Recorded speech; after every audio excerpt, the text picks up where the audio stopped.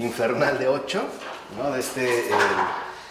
Lo que sería el equipo pesado de las pasiones, o lo que los padres consideran que son las 8 pasiones principales. La anterior, la última que vimos, recordarán, fue la tristeza.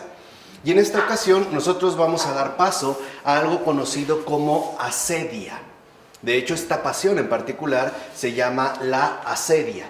Y lo primero que podemos decir de la asedia es que esta pasión es vecina de la tristeza, ¿no? Están realmente muy cercanas ambas, hasta tal punto que, por ejemplo, la tradición ascética de Occidente, basándose en San Gregorio Magno, suele reunir estas dos pasiones, es decir, tanto la tristeza como la asedia, en una sola, ¿no?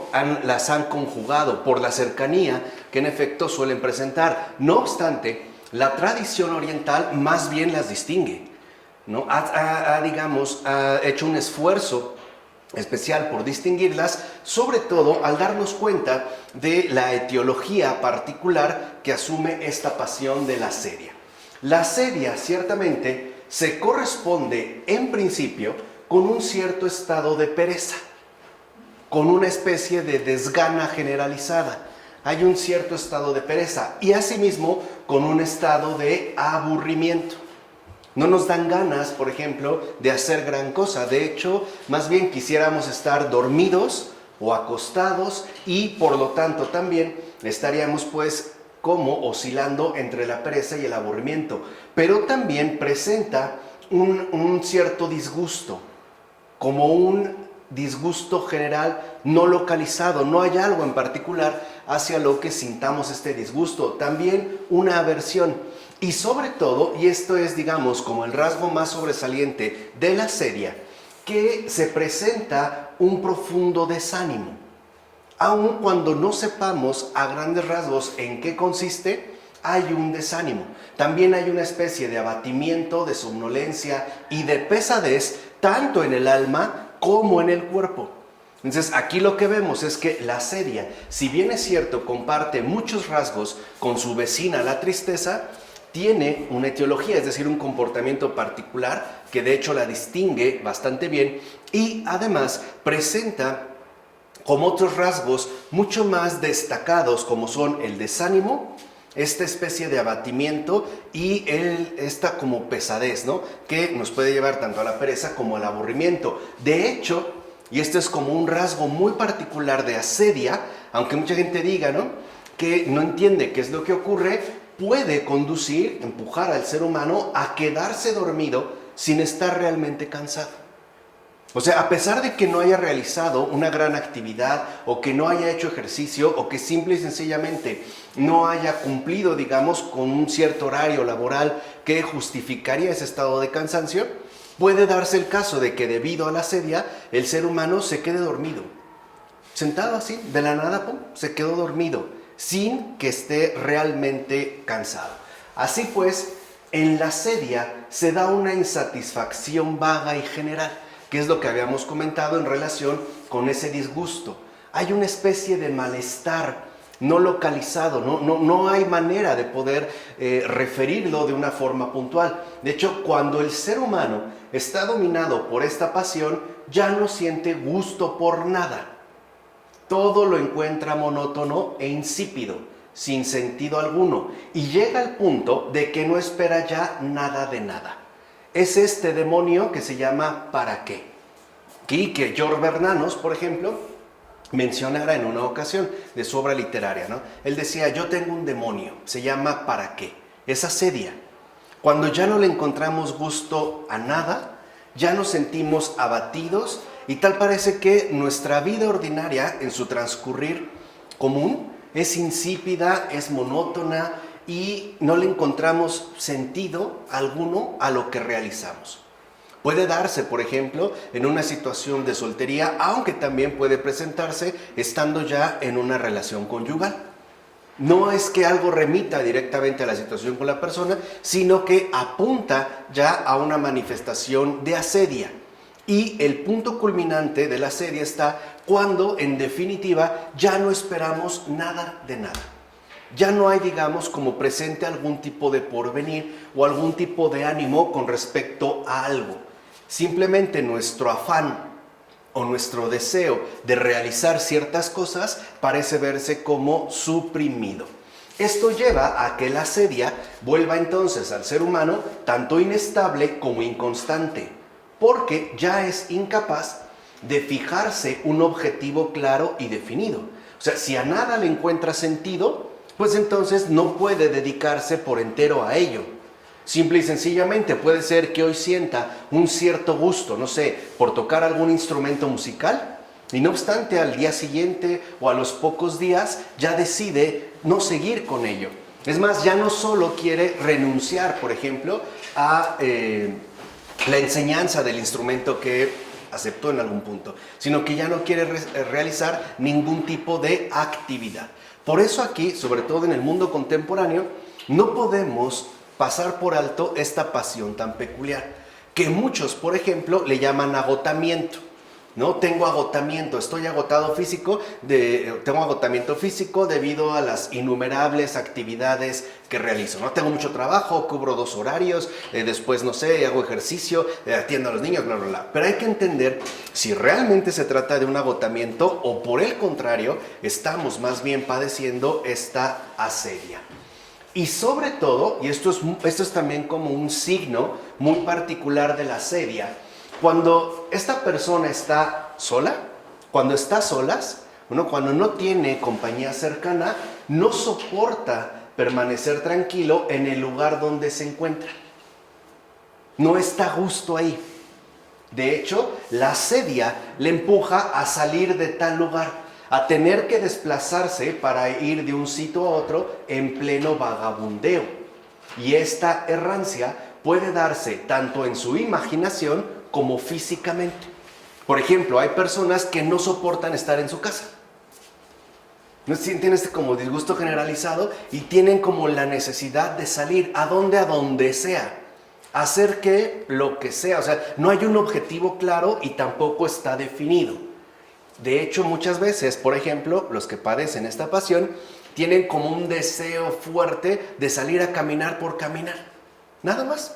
O sea, estar caminando, es decir, en el caso del vagabundeo, ¿no? Hay una errancia que puede darse ya de modo físico, ¿no? La necesidad de tratar de sobrepasar este aburrimiento, aunque también puede darse en los términos imaginativos. O sea, una persona no soporta, por ejemplo, estar en la labor que realiza, no sé, en su trabajo, y está imaginando 1001 cosas. O sea, está vagabundeando, aunque sea imaginativamente. Tal vez no lo está realizando físicamente, pero su imaginación está dispersa. Hoy a veces también se habla de un déficit de atención o una especie de precocidad imaginativa. Pero hay que ver si realmente se trataría de esto que se menciona o por el contrario, uno está inmerso en la asedia. Incluso puede darse el caso, y esto sí llega a ocurrir, de que la asedia inspire a quien la padece a sentir una aversión intensa por el lugar donde reside. O sea, empezamos a ver el hogar como un lugar no confortable.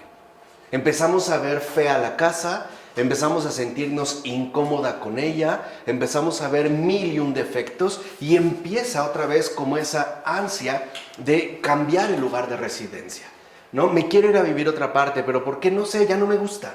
No me gusta estar aquí, está muy chico, está muy grande, está muy asoleado, está muy oscuro, está, no sé, muy lejano, está muy cerca, no hay ruido, hay mucho ruido, hay muchos coches, no pasa ni un coche, pero no es algo objetivo, es cuestión de asedia.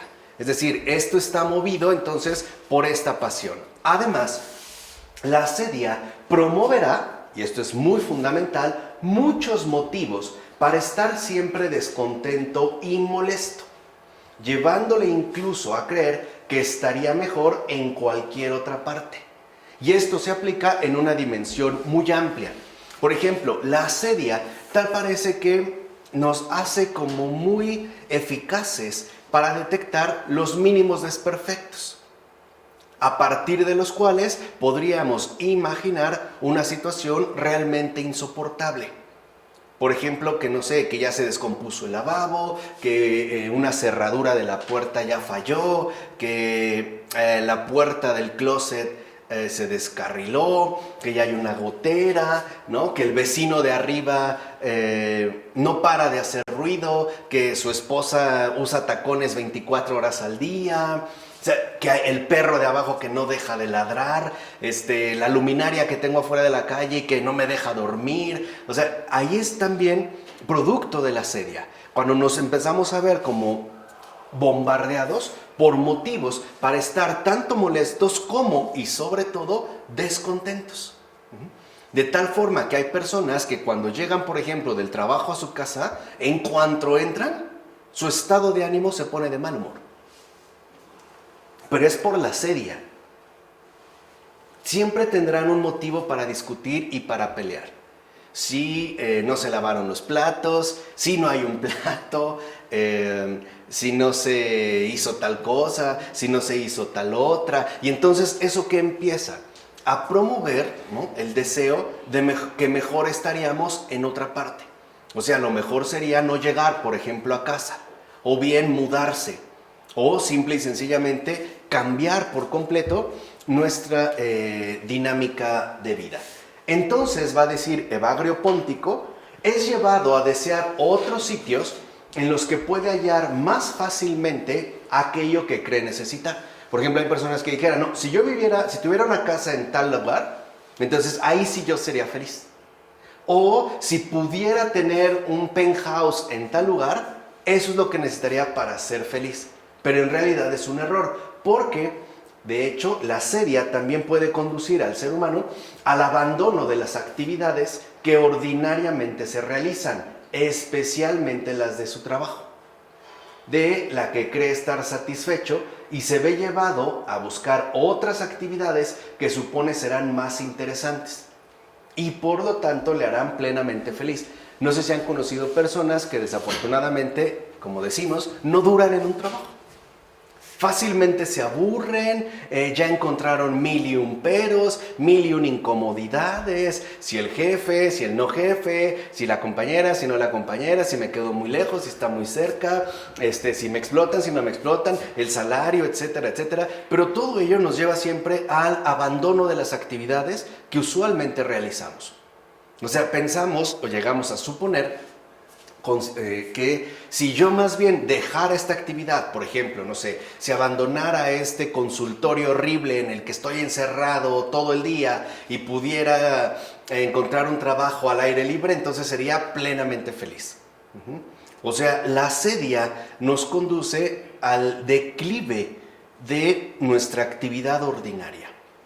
Y por lo tanto, la sedia va a producir angustia, inquietud y disgusto permanente. De estos tres rasgos propios de la sedia, me parece que el que habría que tener más en cuenta es el disgusto permanente. Porque la sedia, en efecto, va a producir un disgusto permanente en relación con todo y también en relación con todos. Empezaríamos a sentir una especie como de insatisfacción y de malestar. Y por ende quisiéramos más bien una vida siempre como renovada, ¿no? Podríamos decir algo así como motivacional, para no sentirnos en este caso agobiados. Esto es en el plano ordinario, en el plano común. Pero el demonio de la sedia ataca particularmente a quienes se entregan a la vida espiritual. Esas serán sus principales víctimas. Los demás, digamos, de vida común, normal, como todos nosotros, bueno, sí serán atacados, pero no tanto como los que se entregan a la vida espiritual, porque el demonio de la sedia buscará por todos los medios apartarlos de los caminos del espíritu, esforzándose por impedirles de muchas maneras las actividades que tal vida implica, y sobre todo pretenderá perjudicar tanto la regularidad y la constancia, tanto la regularidad como la constancia que la vida espiritual necesita, como la quietud que tanto le favorece. Entonces, la sedia, en el caso de aquellos que se entregan a la vida espiritual, lo primero que va a tratar de perjudicar es la regularidad y la constancia. O sea, el hecho de convencernos de que lo que realicemos, por ejemplo, los oficios divinos, por mencionar un caso, es algo molesto y monótono. Siempre a la misma hora y siempre es exactamente lo mismo. Siempre es en este caso igual. Y por ello no va a permitir que el alma encuentre reposo, sino que, como dijimos, siempre parezca tener algún motivo, aunque sea mínimo, de disgusto. De tal manera entonces que se pierde la quietud y se pierde también la regularidad. Ahora, esto también suele ser muy frecuente, en particular dentro de la vida conyugal, es decir, en la vida matrimonial. Es muy común que también el demonio de la sedia pretenda ciertamente infiltrarse dentro de la vida conyugal. Por ejemplo, el hecho de regresar siempre a la misma casa. Hay personas que dicen, es que siempre hacemos lo mismo, ¿no? Trabajar, dormir, ir a comer, trabajar, dormir, ir a comer, trabajar, dormir, ir a comer. Entonces piensan que es fundamental cambiar las rutinas, o incluso que estaríamos mejor si encontraras otro trabajo o si realizáramos otro tipo de actividades.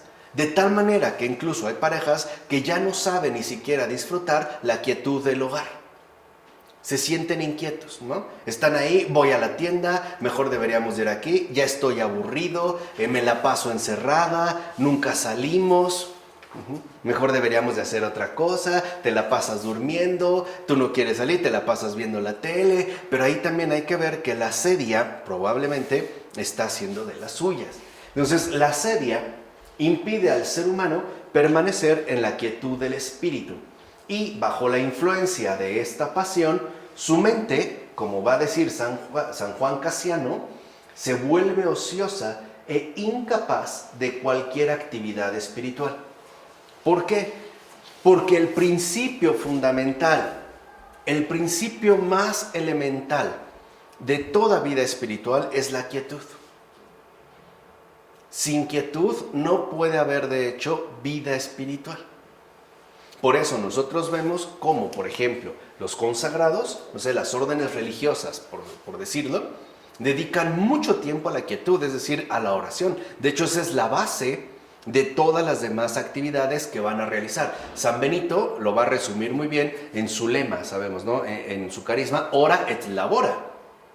Ora no solo es oración, es quietud. Y sobre esta quietud realiza todas las actividades que corresponden. Por eso hay tantos periodos, digamos, incluso largos, de silencio, de meditación, de quietud. Hoy en día nuestra cultura, al parecer, se ve más bien saturada de inquietud. Siempre estamos como inquietos, ¿no? Siempre tenemos como 1001 pendientes por realizar. Desde pagos que hacer, que a lo mejor ya se me atrasó, hasta arreglar, ciertos trámites oficiales, renovar la licencia de manejo, ir a hacer el pago del predial, cambiar las placas, cambiar el foco de la cocina que lleva meses que no se ha cambiado, atornillar la puerta de la despensa. O sea, todo ello se va acumulando y en principio justo lo que nos impide es esa quietud conforme al espíritu, que sería en efecto la base de toda vida espiritual. Es más, el ser humano, y ese ya es como el efecto más radical de la sedia, produce que se haga especialmente indiferente a la obra de Dios. Deja de desear ya los bienes futuros y hasta puede llegar a menospreciar los bienes espirituales. ¿Por qué? Porque en esta búsqueda frenética que realiza, el ser humano considerará que la obra de Dios es irrelevante. No tiene ningún sentido. Más bien tendríamos que realizar mil y un cosas más. Es de hecho, a partir de la sedia, el ser humano puede llegar a considerar que las cosas de Dios son francamente inútiles. No tendría ningún sentido, incluso puede sentirse molesto. Hay personas que de asistir, por ejemplo, a una celebración litúrgica se sienten molestos, pero sienten molestos por la inquietud a la que invitan. Pero si están en un salón lleno de ruidos y de gritos, parecen sentirse muy a gusto. ¿Por qué? Porque la quietud no la soportan. Pero no soportan la quietud no porque sean muy activos. Quítense esos prejuicios psicologizados que hoy en día se han filtrado en demasía en nuestra cultura, en nuestro vocabulario, en nuestro lenguaje y por ende también en nuestras formas de vida. Nada de que soy hiperactivo. Más bien, no tolero la quietud. Es decir, no me puedo acoplar a la obra de Dios. O, por decirlo de otra manera, soy como alérgico al Espíritu, ¿no? Sabemos al Espíritu Santo, al buen Espíritu, es decir, al espíritu de quietud. Por eso es tan fundamental que nosotros podamos hacer un repaso más o menos generalizado de en qué medida la inquietud ha venido apoderándose de nosotros. ¿Qué ocurre cuando estamos a solas y sin hacer nada? Hay personas que, por ejemplo, se quedan solas en su casa y se ponen a limpiar, se ponen a barrer, se ponen a hacer ejercicio, se salen a caminar. No, mejor pido una pizza, no, mejor me la voy a comer allá, así me distraigo, salgo, bla, bla, bla. Pero en realidad es porque ahí hay como una repelencia a la quietud. Y esto sería como un signo claro de que quizá la sedia anda cerca. Ciertamente, de todos los padres verán en la sedia uno de los principales obstáculos para la oración y el crecimiento espiritual. San Simeón, el nuevo teólogo, por ejemplo, dirá lo siguiente: el demonio de la sedia suele atacar especialmente a quienes ya están avanzados en la oración, o bien a quienes la practican con constancia y regularidad. Y curiosamente, será a la hora de la oración que la sedia engendre el sopor que empuja al sueño. No es casual que muchas personas, cuando entran a la celebración litúrgica, de inmediato empiezan a bostezar. Es el demonio de la sedia, que ahí ya, ¿no?, se manifiesta de un modo mucho más visible. Sienten como esa pesadez, como un sopor. Incluso las palabras que esté pronunciando el sacerdote empiezan a oírse como lejanas, como ecos que no me dicen nada, y como volteo y la gente parece estar quietecita, pues en mí fomenta mayor aburrimiento. Tal vez si se pararan, si se desnudaran, si gritáramos, si aplaudiéramos, esto sería más divertido. Pero en realidad dijimos, por esa repelencia, ¿no?, que hemos asumido con respecto a la quietud. Y por supuesto, ante tal sopor, ante tal aburrimiento, nos vemos como empujados al sueño. Hay personas que tienen el propósito de no dormirse y cuando se dan cuenta ya van a la mitad. Ya está la consagración y ya se despiertan y tratan de avivarse, pero no pueden. No pueden. Bueno, esto es precisamente efecto del demonio de la sedia. Aunque también es cierto que aquellos que viven al margen de toda disciplina ascética, entiéndase, toda vida espiritual, asimismo se verán afectados por la sedia, aunque bajo otras formas. O sea, tampoco nos veremos exentos, como hace notar San Isaac el Sirio. A quienes conducen su vida basándose en las obras del cuerpo, les llega otra sedia que todos pueden ver. Fíjense, a quienes han renunciado pues a las obras celestiales y deciden consagrarse a las obras terrenales, la sedia también les va a llegar, aunque de un modo diferente.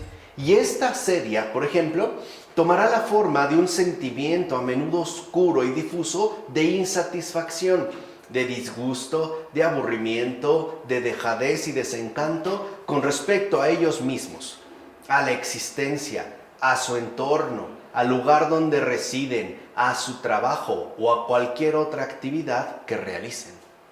Creo que todos hemos conocido personas que más o menos manifiestan alguno de estos síntomas, alguno de estos rasgos. Además, serán presa de una inquietud sin motivo, de una ansiedad generalizada y de una angustia episódica o continua. Un problema grave que tenemos al respecto es que solemos atacar, entre comillas, la sedia con medicamentos psiquiátricos, por ejemplo, ansiolíticos, y no necesariamente está ahí la respuesta. Tendríamos que ver a partir de dónde es que se está produciendo todo este desorden en nuestra propia vida personal.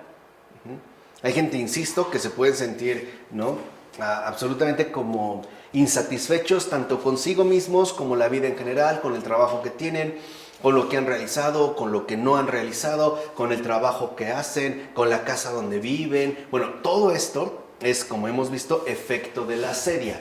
Y por lo regular, entonces, ya una vez que uno atraviesa esos estados se cae a continuación en un estado de letargo, de embotamiento físico y psíquico, de fatiga general y continua sin una razón especial.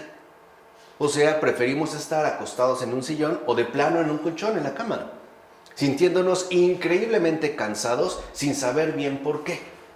Además, esta fatiga continua no tiene una razón en especial. Hay personas que dicen, es que he dormido mucho y sigo estando cansado. Y aparte estoy como embotado, ¿no? No tengo ni la capacidad de hacer ejercicio, ni de pensar claramente, ni nada. Y en este caso podría darse también que se padezca una somnolencia periódica. O sea, que uno esté como adormilado todo el tiempo. Aun cuando otra persona a lo mejor esté platicando contigo, tú estás como dormido. Estás como adormecido. Y esto puede darse tanto en el alma como en el cuerpo. Por eso, precisamente por este letargo, la sedia como que entonces empuja a realizar múltiples actividades y desplazamientos que de fondo no son indispensables. O sea, caemos en una especie de hiperactividad innecesaria. Porque al sentir, digamos, los efectos de la sedia, en tanto no parecen quedar condensados en el letargo, entonces consideramos que más bien lo que tendríamos que hacer es levantarnos y ponernos a realizar 1001 actividades. Eso es hoy muy común en las sociedades contemporáneas, ¿no? Si lo ven, no es casual que en el mundo contemporáneo el día del descanso, el domingo, el día del Señor, sea el día en el que por lo regular las familias en general realizan las mayores actividades posibles. De hecho, muchas de ellas hacen lo que no hicieron en toda la semana. Van al súper, arreglan pendientes, quieren hacer ejercicio, quieren ir a un concierto, hay que ir al cine, después de ahí nos pasamos a comer, y luego no sé qué, y luego no sé qué, y luego no sé qué. Y la pregunta es, bueno, ¿y cuándo llega el descanso? Que en realidad pueden ser recreativas, pero no son indispensables. Por eso hay personas que les aterran los fines de semana, porque saben que tienen que estar en casa. Entonces empiezan a idear. No, ¿y ahora qué hacemos? ¿Y ahora hay que movernos? No, mira, nos paramos temprano y el otro pobre o la otra pobre cansadísima, déjame dormir. No, a las 6 nos paramos para que aprovechemos el día. La pregunta es, ¿haciendo qué? Esa es locura. O sea, esto ya es parte de la locura de la sedia. No es como cuando una persona se va de vacaciones y es cuando menos descansa de todos, ¿no? Es que si no aprovechamos ahorita, ¿cuándo? Entonces, ¿a qué veniste? ¿Veniste a descansar o te veniste a desgastar? O sea, entonces no son vacaciones. O sea, si no descansaste, no son vacaciones. Es turismo, pues. ¿No? Cuando uno va de turista, uno va a cansarse. Se ve incluso hasta en los tours que te dan, ¿no? Hay un horario específico, toma fotos a la japonesa, ¿no? Los japoneses le toman foto, no ven nada, pero a todo le toman foto. No, rápido, nos deja el camioncito, córrele, ya no acabaste de comer. Tienen media hora para comprar los souvenirs. Y corren. Todo esto es efecto de la sedia, que nos lleva justo, ¿no?, como a realizar estas múltiples actividades y desplazamientos que en realidad no son indispensables. No tienen nada que ver indispensables. Y hablando del turismo, por eso es muy común que un hotel te ofrezca una habitación de lujo, en realidad sabiendo que no vas a estar ahí. Es curioso, ¿no? Pagamos una habitación de lujo. Y más bien nos estamos dando el lujo de pagar caro una habitación, que es diferente. No estamos ahí. De hecho, sabemos que lo que pagamos es el colchón para dormir, nada más. Si llegamos, porque incluso puede darse el caso de que no lleguemos. No, pues hoy no la amanecemos en la playa o en la vista, bla, bla, bla, pero hicimos la reservación, ¿no? Es un poco curioso la forma en que vivimos hoy en día. Bueno, también entonces la sedia, a partir de este ímpetu o este terreno que va ganando el letargo, como que suele mover al ser humano a frecuentar compañías inútiles y distracciones estériles para poder disipar tanto la angustia como el aburrimiento, así como la soledad e insatisfacción generalizada que se siente. O en este caso que se experimenta, pues voy a ver a fulanito, ¿para qué? No sé. Voy a ir a realizar tal actividad, ¿como para qué? No, necesito distraerme, necesito algo nuevo, etc. Pero eso es en realidad para intentar como ocultar o sobrepasar los efectos claros que en este caso está produciendo la sedia. Ahora bien, esto es muy importante. Lo que distingue a la sedia de la tristeza es lo siguiente. A la sedia no la motiva nada preciso. Nada, no hay algo objetivo, no hay una razón clara que la motive, sino que, como explica San Juan Casiano, el espíritu se turba sin razón.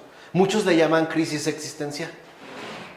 Ya no le encuentro como mucho sentido a la vida, al trabajo que realizo, al matrimonio que llevo, a mis actividades ordinarias.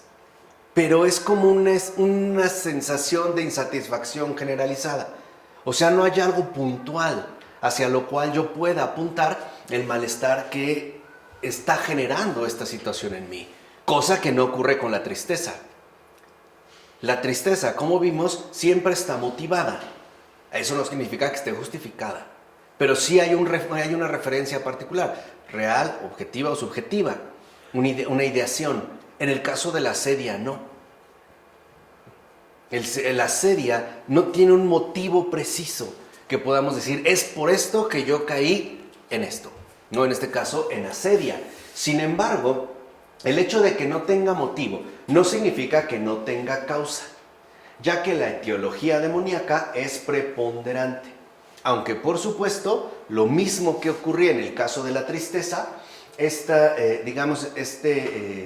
poder demoníaco requiere un terreno favorable para poder actuar. Por eso Santalasio va a decir que la sedia es la negligencia del alma. La sedia brota nos invade a partir de la negligencia del alma.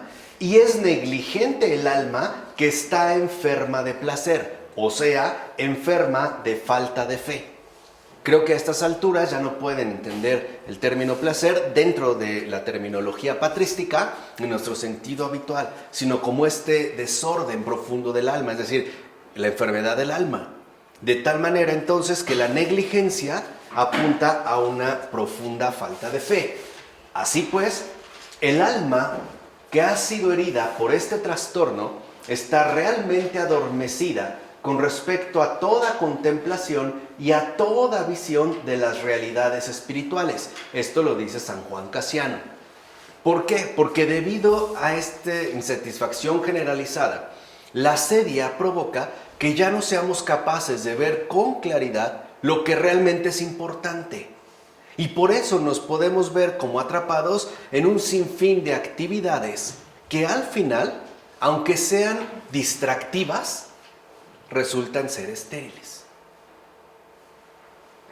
O sea, mucho de lo que hacemos realmente no es tan esencial como podemos llegar a suponer, sobre todo en relación a que estamos mencionando de la sedia. Entonces, para estas personas, cuando ya el alma está herida por asedia, simplemente las realidades espirituales desaparecen. Se ven como arrasados o nos vemos como forzados a entrar en esta vorágine, ¿no?, de activismo imparable. Y su consecuencia más grave, que va a traer consigo la sedia, es que el ser humano se verá apartado y alejado del conocimiento de Dios y por ende de su consuelo y de su alegría pacificadora. Para eso se requiere la quietud. La quietud es fundamental para que podamos experimentar el consuelo y la alegría pacificadora que el Señor nos otorga. No es esta alegría más bien que parece como una especie de explosión extraña, ¿no?, emocionalmente disparada. No, es una alegría pacificadora. Es como un bebé. ¿Qué necesita un bebé para dormir?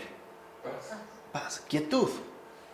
Necesita saberse acogido, acompañado, protegido, es decir, consolado. Y es una alegría pacificadora, tan pacificadora que lo tranquiliza y lo duerme. En cambio, la sedia, justo de lo que nos priva, es de todo esto. Por eso queremos estar realizando incluso actividades hasta altas horas de la noche y levantándonos temprano todavía para hacer 1001 pendientes. Además, la sedia promoverá un relajamiento del alma que propicia el vacío espiritual. Y eso es muy peculiar en el caso de la sedia. Cuando la sedia ya ha herido el alma, entonces el alma se va como llenando de un vacío espiritual.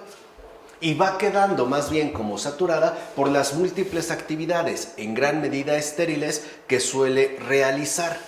Además, aquí es donde entra la compaginación fatal entre asedia, que dijimos es como una insatisfacción generalizada, y la tristeza, porque unida a la tristeza, la asedia la potencializa. O sea, la asedia viene como a potencializar la tristeza y además la va a acrecentar. Y cuando ambas se juntan, esto puede conducirnos fácilmente a la desesperación. Cuando ambas ya, digamos, entraron en contacto, pueden llegar a aparecer, por ejemplo, pensamientos blasfemos o ideas locas contra el Creador, así como un fatal extravío, que es la fuente de 1000 tentaciones. Entonces, la asedia, en principio, nos conduce al extravío. Y al andar completamente extraviados, es decir, al no estar firmemente arraigados en esa alegría pacificadora que nuestro Señor nos ofrece, somos presa fácil de 1001 tentaciones. Pues bien, a diferencia de las otras pasiones, la asedia no engendra ninguna pasión en particular, ya que las produce casi a todas. Si lo ven, dentro de estas pasiones, en la medida en la que avanzan, parece que empeoran. Las produce, va a decir Evagrio Póntico. Al pensamiento de la asedia no le sigue ningún otro pensamiento. Primero, porque dura. Luego, porque contiene en sí todos los demás pensamientos. Pues la asedia no necesita, pues, como producir otros pensamientos. Basta con que se instale. De hecho, la asedia, dirá San Barsanufio, engendra todos los males. Y San Simeón, el nuevo teólogo, afirma que si Dios dejara a este demonio emplear toda su fuerza contra nosotros, sin duda nadie se salvaría. La asedia es un demonio temible. Por eso los padres afirman que la asedia es la más pesada de todas las pasiones. Fíjense, y qué poco se habla de ella. Nos solemos concentrar más en la lujuria, etc. Cuando ya hemos visto, claro, no deja de ser una pasión, no deja de ser una enfermedad del alma, un desorden, un trastorno, pero erramos el tiro cuando tratamos de encontrar cuál sería, de hecho, la más dura. Es la asedia. ¿Por qué? Porque es la más agobiante, la más grave de las 8, ya que no hay pasión peor que la asedia, pues hace al alma saborear el infierno, como dice San Isaac el Sirio. Y es decir, ya al grado extremo de la desesperación. De hecho, personas ya fuertemente atacadas por el demonio de la asedia pueden sentirse fuertemente inclinados a la ideación suicida, incluso a llevarlo a la práctica. O bien a romper con todo lo que realizan, así no haya una razón objetiva para ello, abandonar sus hogares, dejar a sus familias, su trabajo, desaparecer y perderse en ese extravío, ¿no?, constante que conduce a un hundimiento fatal. Quizá Baudelaire haya comprendido algo de esta pasión cuando habla del spleen, que no creo que tiene una traducción particular así. Pues sí, un hastío, pero es como un poco más, ¿no?, de allá. Entonces retrata como uno de los modelos de la vida moderna, que es el dandy. Aquel que también se caracteriza por el vagabundeo, por la errancia y por no tener como un objetivo muy particular. Recuerden que el gran Baudelaire, converso hacia el final de su vida, tenía una sensibilidad espiritual impresionante. Pero de verdad impresionante, ¿eh? Qué poeta maldito, si está más bendito que muchos otros, ¿no?, que nos decimos bendecidos. Bueno, en consecuencia, la asedia es, por una parte, el embotamiento y la inactivación de todas nuestras facultades, por una parte. Y por otra, es la distracción mayor que promueve el abandono de la vida espiritual. Y ahí está la clave de la asedia. Primero, promover un embotamiento y una especie de inactivación generalizada. O sea, nuestro afán de realización espiritual se ve como cortado. Además, este embotamiento, esta inactivación, se extenderá a todas nuestras facultades. Pero, por otro lado, y eso sería como el rasgo más grave de la sedia, lo que promueve esta es una distracción que nos va a alejar al final de la vida espiritual, al llevarnos incluso a su abandono. ¿Quién después de una jornada tremendamente agitada tiene ganas de hacer su oración? Lo único que querríamos en todo caso es dormir. Por eso creo que esto es muy importante en el caso de la sedia. Me parece que la sedia justo lo que hace es quitarnos, ¿no?, de enfrente lo que resulta ser esencial. O sea, la sedia, en su estado como de agotamiento generalizado, de embotamiento, nos va a poner mil y un cosas antes que lo verdaderamente importante. Por ello nos sentiremos constantemente insatisfechos con todo lo que realicemos. Y esto nos llevará a concluir que entonces quizá nos hemos equivocado en las actividades elegidas. Y por ello tendremos que redoblar, ¿no?, las actividades que buscamos realizar o bien que quisiéramos en este caso cumplir. De cierta manera, la sedia podría considerarse como constituida por la ausencia de ese celo que el Espíritu nos ha otorgado para que se cumpla con fervor la tarea espiritual del ser humano. Claro, al quitarnos el celo, estamos ya completamente extraviados y por lo tanto distraídos de lo que resultaría ser importante. ¿De acuerdo? Era fundamental pues que se entienda cómo la sedia conforma una pasión en especial. Y aquí podemos pasar a la sexta, que es la ira. Y acuérdense que van en ese orden. Entonces, de la sedia, nosotros pasamos a la ira. La pasión de la ira comprende todas las manifestaciones patológicas de la agresividad. Esa es la ira. O sea, todas las manifestaciones patológicas de la agresividad hacen referencia a la pasión de la ira. Y recordemos que la ira le fue dada al ser humano por Dios para oponerse con fuerza a las tentaciones, al tentador, al pecado y al mal en general. Acuérdense que cuando nosotros fuimos creados, Satán ya había aparecido. O sea, ya se había realizado su caída. Ya había tentaciones, ya había tentador, ya había un pecado y en este caso también había el mal en general. Se le da la ira al ser humano al crearlo para oponerse con fuerza a ello. No con cierta complacencia, sino con un rechazo tajante. No obstante, por el pecado, el ser humano desvió la finalidad natural de la ira y la usó incorrectamente. Pues en lugar de utilizarla para combatir al maligno, ahora la dirigió contra su prójimo. ¿Contra quién nos enojamos? Es lo que una vez les dije, ¿no? Una intuición que tengo. El demonio provoca la guerra entre nosotros, nos estamos destruyendo y odiando entre nosotros y él muerto de la risa. Bueno, así es que puede reír. De tal manera que ahora se desvía. En lugar de utilizar toda nuestra ira para combatir al maligno, no, usamos toda nuestra agresividad contra el prójimo. De hecho, la ira aparecerá como una pasión, acuérdense, una enfermedad del alma, siempre que ésta se aplica contra el prójimo y por eso nada puede realmente legitimarla. O sea, la ira pues aparece cuando esta facultad que se nos otorgó es aplicada contra el prójimo. En todo caso, debemos encolerizarnos contra el maligno, no contra aquel que es su víctima. Esto un creyente lo comprende cuando dice que nosotros nos oponemos al pecado, no al pecador.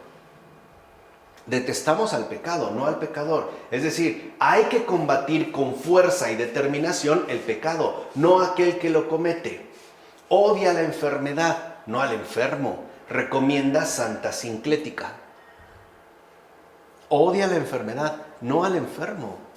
Va a recomendar Santa Sinclética. Ahora bien, junto a lo que llamamos habitualmente ira, y que de hecho constituye su manifestación más explícita y externa, los padres distinguen la forma profunda de esta enfermedad, que es lo primero que a mí me interesa que quede muy claro. La forma profunda de esta enfermedad, y es el resentimiento. Antes de que aparezca la ira, hay resentimiento. Porque ¿Qué es el resentimiento? Una ira mantenida que perdura bajo una forma más interiorizada y oculta y que se funda en el recuerdo de una ofensa, de una humillación o de injusticias padecidas. Entonces, una persona solo manifiesta externamente ira, o sea, agresión contra el prójimo, cuando previamente trae consigo un resentimiento. O sea, esta ira mantenida que justo porque está más oculta puede mantenerse intacta hasta que se presente la ocasión de exteriorizarse. Pero también no solo van a hablar del resentimiento, sino del rencor y del odio. Porque el rencor, el odio, el resentimiento alimentan y fortalecen toda hostilidad interior. Así pues, antes de que haya una agresión exterior, hay una hostilidad interior. Esto es importante, o sea, no hay agresión exterior sin hostilidad interior y por ende de enemistad contra el prójimo. Entonces, el resentimiento, el rencor y el odio son las tres formas principales para poder expresar la enemistad contra el prójimo. De tal manera que nuestro resentimiento, nuestro odio y nuestro rencor, esta enemistad interior, estará primero, en efecto, ¿no?, como resguardada y en todo caso apuntada hacia el prójimo. De tal manera que nuestra enemistad y por lo tanto nuestra ira va contra el prójimo. Se va a dirigir hacia el prójimo, al grado de que muchos podemos odiar a una persona, aun sea secretamente, porque consideramos que nos destruyó la vida. O bien que nos echó a perder la vida. O que por esa persona no pude realizar tal o cual cosa, o qué sé yo. Pero siempre pues dijimos, ¿no?, hay esta forma interior. O sea, a toda ira exterior le precede una hostilidad interior. Y de ahí habría que destacar asimismo el mal humor y las formas más o menos desarrolladas de irritación interior, que no pueden llegar a una absoluta repulsión o bien ya de una expresión manifiesta de ira, pero sí de molestia, las cuales por supuesto van a dar pie a la impaciencia y a la indignación contra las demás personas. Y aquí vemos como la secuencia. Si en lo profundo está el resentimiento y de ahí brotará, ¿no?, o sea, acompañará tanto del rencor como del odio, ahí a su vez vamos a pasar al mal humor y a las formas más o menos desarrolladas de irritación, de molestia. A lo mejor porque alguien en la calle me empujó un poco. O porque alguien iba caminando y no se fijó con su sombrilla y casi me saca un ojo. Esa estúpida. Esa simple expresión ya es hostilidad interior. Allá hay ira, allá hay resentimiento. A lo mejor la otra persona de verdad ni me vio. Pues es peor para ella. ¿Por qué no se fijó que yo voy ahí? Se tuvo que haber bajado de la calle y dejarme pasar a mí, ¿no? O el estúpido ese que está viendo que me voy a estacionar y se mete. ¿Cómo sabes que te vio? ¿Cómo aseguras que te vio? Y la forma en la cual tú reaccionas ya está manifestando esta hostilidad interior. Es decir, la guerra puede empezar. Ya está preparado el terreno. Por eso al demonio no le interesa tanto que lleguemos a la ira, sino que nos llenemos profundamente de hostilidad interior. Es más, que reprimamos los accesos de ira, pero que al mismo tiempo incrementemos el resentimiento interior. ¿Se entiende, no? Ok. Además, podemos añadir incluso todos los sentimientos, aunque sean poco desarrollados, de mala voluntad. Fíjense, que van desde los más groseros, como ese abierto y claro deseo de hacer daño al prójimo, hasta los más sutiles, porque también hay modos. ¿Cuáles serían estos sentimientos más sutiles? Como el hecho de alegrarse, aunque sea por un instante, de una desgracia o de una contrariedad padecida por el prójimo. Pues, ¡ay, qué bueno que le pasó! Ahí eso está reflejando odio, resentimiento. O bien, en el hecho de no afligirse por los males que le afectan. Son dos formas. Una es, vamos a decirlo así, directa, ¿no? Cuando alguien, por quien siento irritación, molestia, etcétera, le ocurre una desgracia, yo aunque sea brevemente digo, pues qué bueno, ¿no? Qué bueno, se lo merecía, o qué bueno, ay, hasta se hubiera muerto ahí. No sé cómo nada más se descalabró. Uh-huh. Ay, se hubiera muerto. O bien, cuando veo males que afectan al prójimo y a mí no me interesan. Son estas dos formas. Esta última forma sería más bien como pasiva, ¿no? O indirecta. Ahora bien, en el extremo opuesto de estos sentimientos, con frecuencia muy sutiles, pero no por ello poco abundantes, sino al contrario, muy interiores y que suelen pasar desapercibidos, incluso para quienes los poseen, también pueden mencionarse las formas extremas de violencia de las diversas rivalidades. Las luchas encarnizadas, las agresiones abiertas, los crímenes sanguinarios y las múltiples matanzas de las guerras. Entonces vemos cómo la ira también se despliega hacia lo exterior y hacia lo interior. Vemos pues que esta pasión incluye una amplia gama de estados y de reacciones humanas que en todo caso puede afectar al hombre caído de forma casi permanente. Y los padres señalan que en toda forma de ira, ya sea en cualquiera de sus modos que expusimos, más explícitos o más interiorizados, el ser humano experimenta un cierto placer que es justo lo que le hace apegarse a ella. Ahí está la patología. Es un placer ligado, por ejemplo, al recuerdo de las injurias y del rencor interior. ¿Por qué nos cuesta tanto trabajo olvidar una ofensa padecida? ¿Por qué es tan difícil olvidarlo? Porque hay una forma de placer en ello. O sea, uno sí puede apegarse al dolor sufrido, a la humillación experimentada. Y eso es lo enfermizo. Más bien sería para que lo rechazáramos de inmediato, ¿no? Por eso hay personas que pueden llevar un recuerdo doloroso años y años y años y años y años y años. Y te dicen, no, es que no lo puedo superar, es que no lo puedo olvidar, es que ya lo hablé, pero no, ese no es el problema. El problema es que hay un placer ligado al recuerdo de las injurias. Y porque este placer lo que hace es incrementar lo que hace rato dijimos, ¿no? Este resentimiento. San Juan Clímaco dirá que se trata de un dolor sensible y punzante que no por ello deja de gustar a causa de la dulzura que se encuentra en la amargura misma de la ira. Y si es cierto, hay personas que te cuentan o te expresan un recuerdo doloroso, pero al mismo tiempo están como saboreándolo. O sea, sí, claro, es esa dulzura que se encuentra en la amargura misma de la ira, ¿no? Si no, no estarían prestos a estarlo abriendo y compartiendo y repitiendo. No sé, hay personas que cada vez que las ves te dicen algo de su infancia desdichada o el mismo acontecimiento. Y siempre van, aunque sea doloroso, aunque sea humillante, esta patología, en el caso de la ira, nos lleva a pegarnos, ¿no?, desordenadamente a esta aflicción.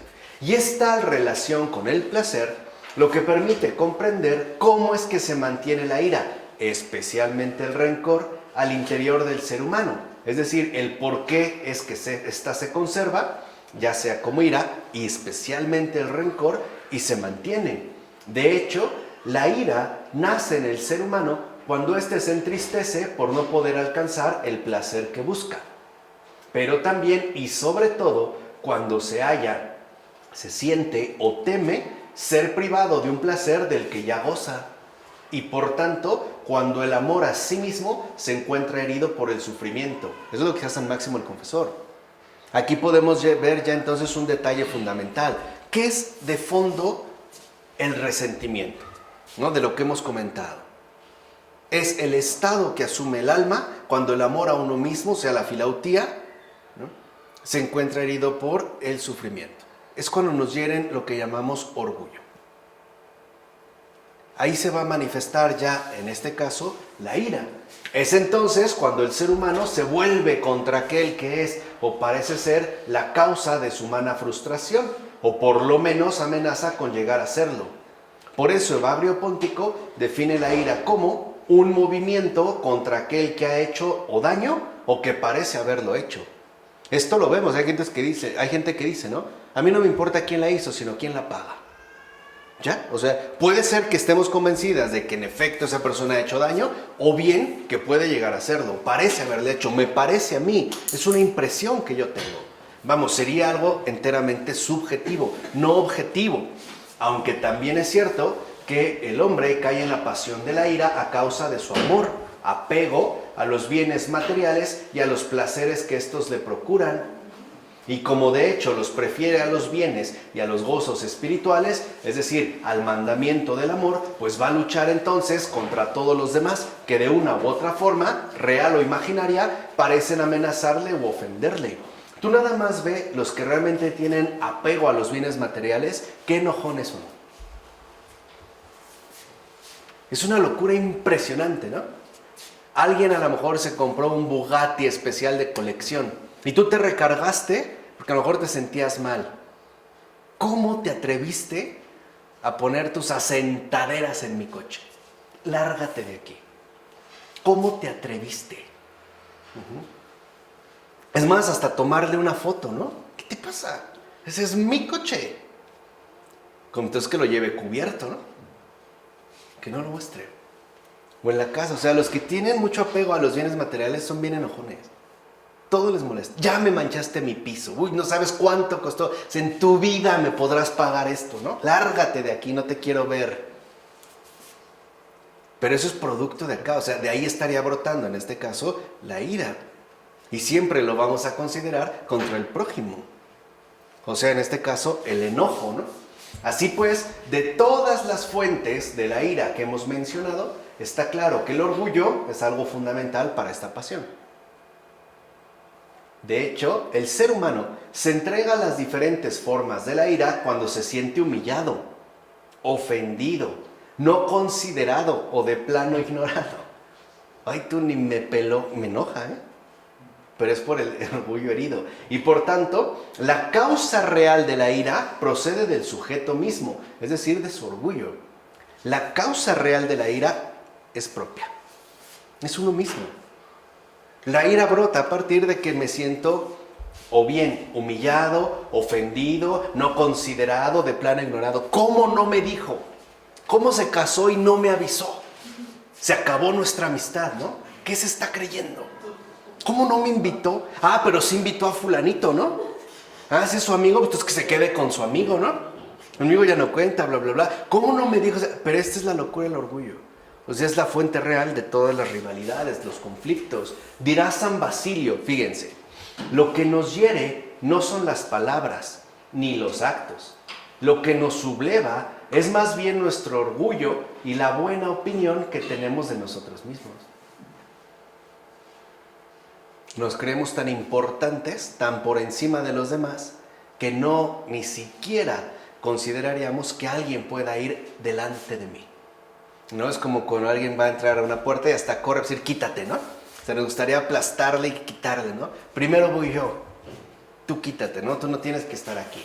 Así pues, mediante la ira, el rencor y el deseo de venganza, el ser humano intenta restablecer tanto a quien le ha ofendido como ante sí mismo la imagen orgullosa de sí a la que se ha pegado. Por eso es que cuando alguien es ofendido, busca restituirse ante sí mismo como ante los demás. Entonces ahora yo voy a responder más fuerte. O bien ahora entonces no me voy a dejar. Y a partir de tal imagen de sí, el ser humano asume un comportamiento inadecuado y desequilibrado, en tanto parece mostrar una locura momentánea, supuestamente motivada por el menosprecio. Por eso dicen, alguien se enojó, se puso como loco. Estamos hablando de una locura momentánea, ¿eh? Ciertamente, en sus manifestaciones más violentas y agudas, es decir, cuando ya toma la forma de la furia, la ira puede considerarse una total locura. Y sí, hay personas que han cometido atrocidades ya por furia, ¿eh? Hay quienes también las han cometido llegando a la ira. Pero su forma más drástica es la furia. San Gregorio Magno dirá que, picado por el aguijón de la ira, o sea, fíjense, al orgullo es lo que dijimos, es lo que busca en este caso despertar, el corazón palpita, el cuerpo tiembla, la lengua arde, el fuego sube al rostro, los ojos centellean, el ser humano se vuelve irreconocible para quienes lo conocen y también para sí mismo. ¿Sí o no? Alguien dice, oye, ¿qué te pasó? ¿Por qué te pusiste así? Yo no te conocía así, ¿eh? Pues vi un loco. Y uno dice, no, pues discúlpame, la verdad se me pasó la mano. Estaba muy enojado. Él dice, oye, estabas irreconocible, ¿no? Y hasta lo vemos transformar y espanta, ¿eh? Es una persona que ha entrado en furia, espanta. Porque literalmente estamos ante un loco. También una persona infestada de ira es un loco. No es confiable, no sabes la manera en la que va a reaccionar. Está fuera de sus cabales. Por eso evitamos que no se enoje. Y cuando se enoje, no sabemos las consecuencias que eso puede traer. No sabemos hasta dónde puede llegar. ¿Por qué? Porque ya perdió el control. ¿Vale? Como Hulk. Por eso Hulk justamente muestra el paso del hombre a la bestia, ¿no? De lo humanamente irreconocible. ¿Y qué lo lleva a eso? El enojo, ¿no? La ira. La boca, continúa diciendo San Gregorio Magno, la boca profiere sonidos, pero la inteligencia ya no sabe lo que dice. Y sí es cierto, ¿eh? Por eso decimos, perdóname por lo que te dije, no es en serio, ¿no? Pero ya lo dijiste. Lo he hecho está. Profiere, proferir, enunciar, decir. La boca profiere sonidos, pero la inteligencia ya no sabe lo que dice. Tú ve a alguien enojado, hasta gesticula, ¿no? Y manotea y hace, y está centellando y suda y le tiembla la quijada, se le seca la boca, ¿no? Cierra los puños, pero su inteligencia ya no sabe ni lo que dice. Dice San Gregorio Magno, ¿en qué se diferencia de un loco, un ser humano que ya no es consciente de lo que dice? ¿Dónde está la diferencia? Perdió totalmente el control. Incluso a menudo sucede que la ira desfigura el rostro, baja hasta los puños y emana con una violencia que se corresponde con su sinrazón. Hay quienes golpean la mesa o lo que tengan al alcance, ¿no? O rompen una puerta, o dan un puñetazo contra el muro que al otro día se tienen que vendar la mano. Aunque al momento están tan encolerizados, tan fúricos, que no sintieron el dolor. Después ya trae su hielo, ¿no? Pues ya quiere que ahí sí uno los cure, le sube los nudillos, etc. En tal caso, la mente ya no es capaz de ningún control, pues se ha vuelto el juguete de una potencia extraña a ella. Su rabia interior actúa, pues, sobre sus miembros en el exterior, haciendo que estos golpeen y lastimen desmedidamente. La rabia interior ahora toma posesión del cuerpo. Acuérdense que el cuerpo aquí es bastante inocente, ¿no? Ya lo habíamos mencionado con anticipación. Y esto produce entonces que el cuerpo se ponga a golpear, a lastimar desmedidamente, llegando, como bien sabemos, incluso al asesinato, al dar muerte a alguien más. Por tanto, la ira tiene una manifestación claramente perceptible en el plano del cuerpo. Pero también es cierto que en el interior del ser humano, la ira se traduce en distintos trastornos psicológicos, reprimidos o crónicos, que de igual manera producen múltiples desórdenes, los cuales afectarán tanto su salud corporal como su salud interior. La ira, pues, hace enfermar a quien la padece. Y si hay quien dice, no, me enferman tus corajes. Se me derramó la bilis, ¿no? De tanto coraje, ya no me funciona bien el hígado, tengo problemas de tal cosa, de tanto coraje. Sí enferma, la ira enferma. Además, es una de las pasiones que más notorio hace su efecto enfermizo en el ámbito del cuerpo. Hay personas que incluso de un coraje muy, muy, muy severo pueden padecer una diarrea más o menos instantánea o un vómito o ya situaciones más graves. O sea, la ira enferma. Y dicho estado enfermizo recaerá sobre todo en el alma, provocando una serie de trastornos profundos y graves, dentro de los cuales habría que destacar la fácil perturbación y la pérdida de conciencia clara y objetiva.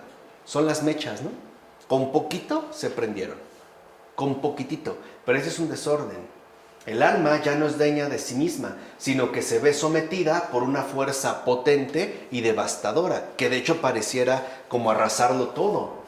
Sobre todo, la ira perturba el uso de la razón, hasta tal punto que parece excluirla por completo.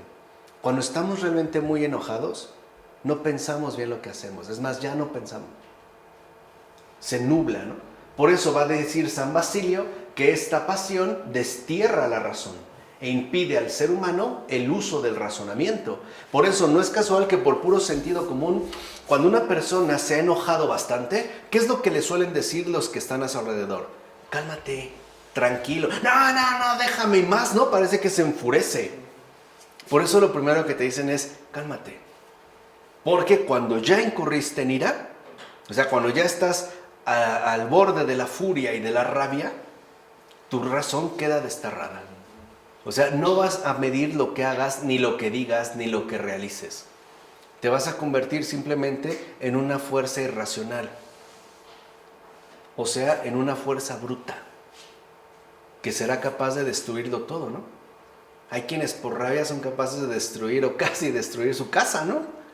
Y aunque el otro día estén bien arrepentidos por lo que han hecho, ya no tienen ni la silla donde tanto les gustaba ver sus telenovelas, ¿no? Ya no. Pero lo hizo y no se pudo detener, no se pudo contener. Y como la razón está entonces como sepultada en la locura de la embriaguez y de las tinieblas, el ser humano se vuelve incapaz de juzgar correctamente el orden de las cosas. Por consiguiente, el ser humano ve las cosas en función de lo que su ira le indica. Es decir, que su razón está totalmente al servicio de su pasión. Si la ira me indica que ese es el motivo de mi furia, entonces para mí eso tiene que ser exterminado. Tiene que ser eliminado, tiene que ser arrasado. De este modo, todo el conocimiento que tiene de la realidad se halla por completo perturbado. Si alguna vez han tenido un acceso de furia, verán que toda nuestra percepción está perturbada. Incluso hay personas que podemos estar enojados, hicieron una mueca. ¿De qué te ríes? Y nos enojan. Y de verdad no me estoy riendo. ¿Cómo no? Ya ves, hasta hipócrita eres, hasta mentiroso eres. Y eso más me enoja. Que no me lo digas en la cara y de seguro te estoy... Y luego, pues, da risa. Da risa de ver lo loco que te pone. Pues es para reírse. No, pues eso ya entonces es todavía un motivo mayor de conflicto. Está pues tan perturbado que entonces seremos fácilmente presas de la agresividad. Lo cual en efecto terminará provocando un delirio, que en último término va a modificar por completo nuestro comportamiento. Dirá San Juan Crisóstomo, en verdad, la ira no es menos loca que el delirio. Ved cómo este demonio arroja a sus víctimas en el delirio. Las priva absolutamente de la razón y las persuade de todo lo contrario de lo que les aconsejan sus ojos. Ellos no ven nada, no hacen nada de forma razonable. Se puede decir que ya no tienen sentido ni juicio. La ira los subyuga. Y añade, quienes montan en ira y están ebrios de ella, porque la ira produce embriaguez, no se hallan en una situación tan grave como la de quienes están ebrios de vino. Dan muestras, en efecto, de tal desmesura que se abalanzan igualmente contra todos. ¿Cuántas veces la pobre mamá ya anciana se trata de acercar a calmar a su hijo, que ya se puso bien loco, y es golpeada por el hijo, Los ojos no ven. La furia está desatada, sin controlar sus palabras ni saber distinguir a las personas. Los puñetazos vuelan a diestra y siniestra, Lo mismo que los locos y los frenéticos, los que se encolerizan, se arrojan a los precipicios sin darse cuenta y no miden sus acciones. De verdad, es una embriaguez total, es un delirio. Además, otro efecto de la ira consiste en que el delirio engendrado por ella modifica por completo la proporción de las cosas que el ser humano percibe. De hecho, los acontecimientos ya no se perciben ni se viven conforme a sus verdaderas dimensiones, sino que se hallan para algunos desmesurada e injustamente agrandados, mientras que en otros son minusvalorados u ocultados. O sea, de algo realmente irrelevante hacemos una magnitud tremenda. Por otra parte, la ira presenta claros rasgos de posesión. Y decimos, parece que estaba poseído, ¿no? Estaba como loco. ¿Sí, Sí. Los coléricos son fácilmente poseídos. De hecho, los coléricos sí pueden presentar rasgos muy específicos de posesión. ya que el que es víctima de ella deja de controlarse a sí mismo y ya no parece actuar bajo la dirección ni de su espíritu ni bajo el impulso de su propia voluntad. No se puede detener. Más bien, parece que se encuentra como determinado a pensar y actuar bajo la presión de una fuerza extraña a sí mismo y cuyo control se le escapa por completo. Si hay algo de posesión, en el caso de la ira. En tal caso, el ser humano se vuelve literalmente un juguete de su pasión, que como ya hemos visto, tiraniza tanto su alma como su cuerpo. Incluso en los casos en los que la ira no pasa de ser una simple irritación, puede decirse que el ser humano está determinado en su comportamiento por una fuerza externa a él. Se reconoce, por ejemplo, que está de mal humor. O sea, algo que en realidad me está como dominando. Me puse de mal humor, como que el mal humor me está subyugando. Necesito pues superar esta situación.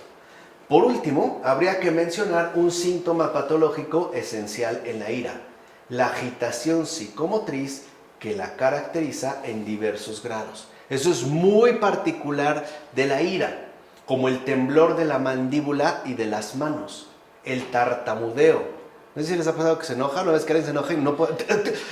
No puede. Bueno, esto es muy común de la ira en su agitación psicomotriz. La sudoración repentina, la sequedad en la boca, la agresividad contra todo aquel que se cruza en su camino. Vas llegando y el hermano furioso te empuja. ¿Y yo qué?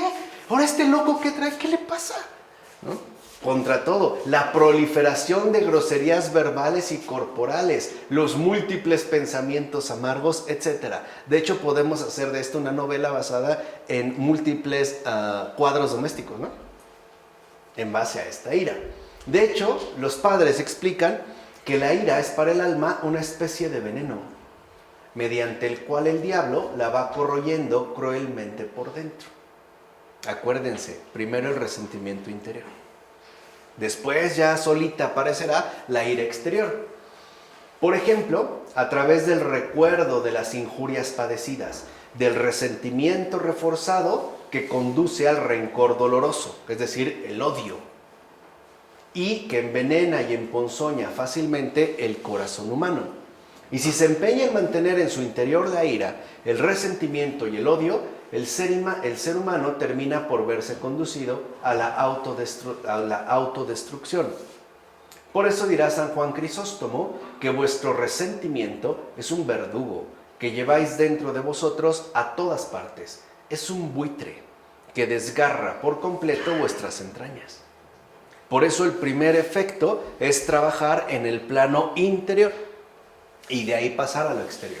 Así pues, el ser humano dominado por esta pasión ya no conoce la paz ni la tranquilidad, sino que se encuentra sumido en un estado de pena e inquietud permanente. Dirá San Juan Crisóstomo: el que está furioso no puede disfrutar de la paz. Quien tiene un enemigo y conserva odio contra él, tampoco gozará de ella. Aunque ya no lo vuelva a ver, ese odio que llevamos al interior y que en efecto se manifiesta como resentimiento y ya ha llegado el punto como ira, no nos permite tener paz. Y en el plano más fundamental, es decir, en el de la relación del ser humano con Dios, la pasión de la ira va a producir en nosotros efectos especialmente nefastos. En primer lugar, aísla al ser humano de Dios. Pues el pecado de la ira, al aniquilar la ternura de nuestra alma, corrompe nuestra semejanza con la imagen divina, dirá San Máximo. Nos vuelve locos, ¿no? Como animales. Esto significa que el Espíritu Santo deja de habitar en el ser humano lleno de ira, y entonces ocupa su lugar el espíritu demoníaco, de odio y muerte. En todo caso, es convocado, por eso hablábamos de los rasgos de posesión, por su propia actitud, tanto interior como exterior. Una persona enfurecida, es decir, llena de odio, también puede dar paso a la muerte, matar o matarse, y no le importa, no se va a detener. Así pues, la ira en su efervescencia ciega los ojos del corazón y hunde el alma en espesas tinieblas de odio, rencor, resentimiento y destrucción. En segundo lugar, la ira constituye un grave obstáculo para la oración y por lo tanto para la santidad a la que hemos sido llamados. Y cuanto más se desarrolle y refuerce la ira y por lo tanto esta mala agresividad, esta pasión, más se debilita la agresividad virtuosa dada al hombre para luchar contra el mal.